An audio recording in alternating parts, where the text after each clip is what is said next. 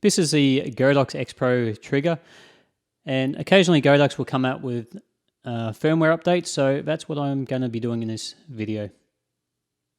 Alright, so we're in the Godox website, and what we need to do is just go to the download page and scroll down to wherever our product that we want to update the firmware for. So in this case, scrolling down to XPro for Canon camera.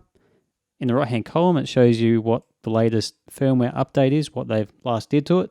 So I'm going to go ahead and download that.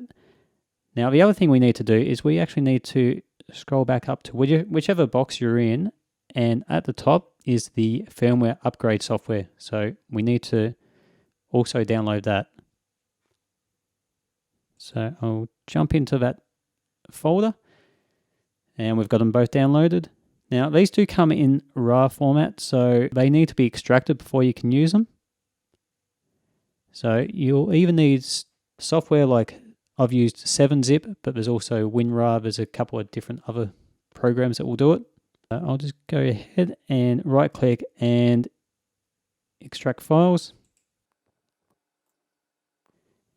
And I'll also extract files for the XPro C firmware.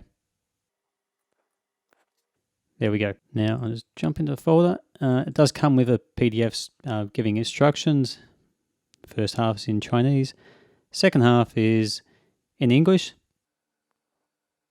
And it does tell you that if you're using certain devices, you need to discharge them first. Now I'll close that down, and I'm just going to double click on that. Agree with the terms. Okay, that's installed it.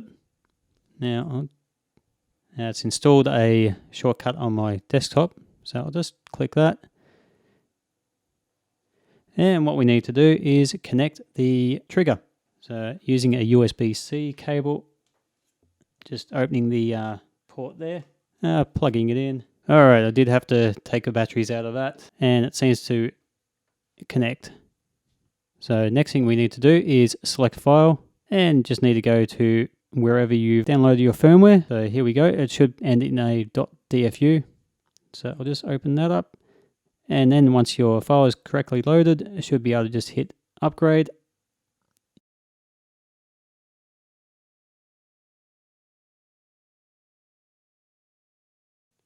And it's upgraded.